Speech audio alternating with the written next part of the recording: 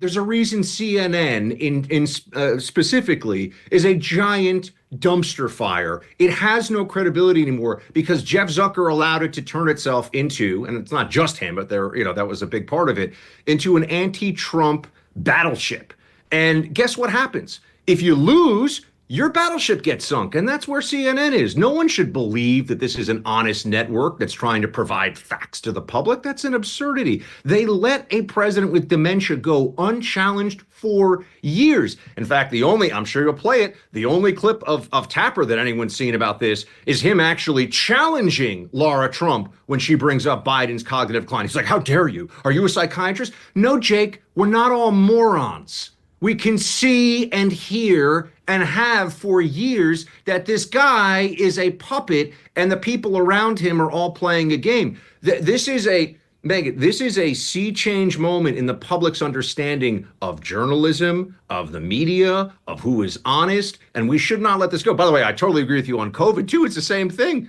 They went from being the little like commissars of COVID enforcement in the media to, oh, but big bad Fauci told me that this was true. Somehow I was not fooled by any of that. Somehow I knew that all this was crap and that it came from a lab, and that masks are a joke and that lockdowns are moronic.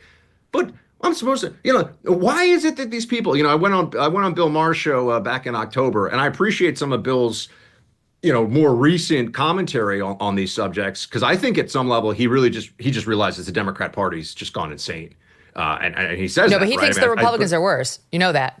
Absolutely. No, I always say this. He's right on about 40% of things these days. I'd say about 40% he gets it. About 60% he's still living. And so on any woke issue, he's correct. But he definitely suffers from TDS. I mean, I like Bill, but he's got the TDS.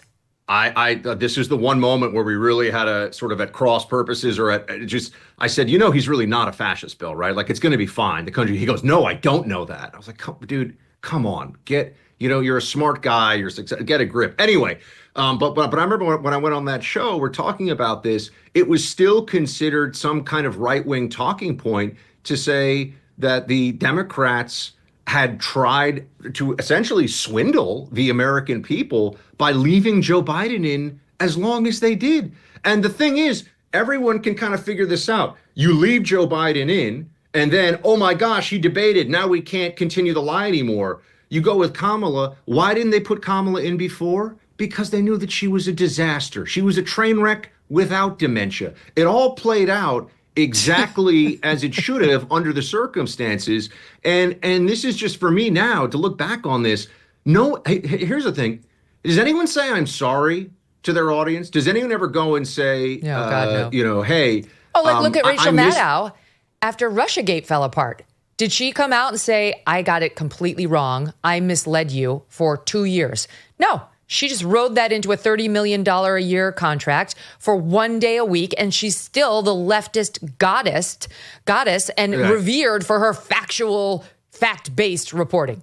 So I agree with you. I would add to this, though, that in the case of Maddow, the Russia collusion thing, while not entirely successful for the left, it slowed him down in the first administration. It was like an obstruction tactic. So the fact that they were lying about that to their audience, I'm talking about if you're an MSNBC watcher, it's tell me more about Russia. Talk about how Trump and Putin were like, taking Turkish baths together. Like, make up whatever you want as long as it's hurting Trump. I'm in.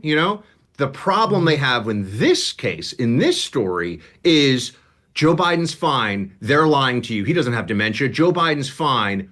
Oh, Hitler just won the election. And now we're going to tell you that we were lying to you about the dementia the whole time. They have made a mockery of their own audience, and they failed. Do you see what I mean? Like, that's the there was no upside to this. This was a catastrophe politically for them. They're fine with lying, but if you lie and you lose, now people who watch Maddow at home, well, that's a whole other kind of like who's watching Maddow at home. But people who are watching these individuals, they need to have a reckoning. The reckoning needs to happen, and I don't know if it will. There are real consequences to those lies. Well, I'm shocked, I have to say, that it's like, I guess I'm not shocked. I mean, I'm not shocked he was about to go into a wheelchair. He looked like he was about to go into a casket. That's the truth. But it is interesting to read these people coming out with the progressive levels of how bad it was. And the more I read, the more I just think what I've been thinking, which is F these people. They should never be trusted again. There needs to be a federal investigation into how bad he was, whether he was competent while in the office and making the decisions and signing the executive orders and, the pardons. Who was making the calls? We still don't know.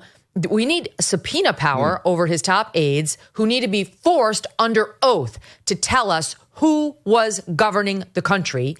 That hasn't happened so far, and it needs to. Okay, I want to keep going because we don't have that much time. Can I just say one quick thing? It's just that I think Jill Biden is going to emerge as one of the big villains in all this. Jill Biden should have pulled her husband out of this. Anyway. And she's a doctor. I mean, she should know better. This July, there's a global summit of BRICS nations in Rio de Janeiro. The bloc of emerging superpowers, or so they hope to be, including China, Russia, India, and Iran, are meeting with the goal of displacing the U.S. dollar as the global currency. They're calling it the Rio Reset. As BRICS nations push forward with their plans, some worry global demand for U.S. dollars could decrease, bringing down the value of those dollars that are in your savings. While this transition, if it happens, will not happen overnight, the Rio Reset could mark a pivotal moment. So learn if diversifying your savings into gold is right for you. Birch Gold Group can help you move your hard-earned savings into a tax-sheltered IRA in precious metals. Claim your free info kit on gold by texting MK to 989898. With an A+ rating from the Better Business Bureau and thousands, tens of thousands of happy customers, let Birch Gold arm you with a free, no-obligation info kit on owning gold before July and the Rio Reset. Text MK to 989898 today.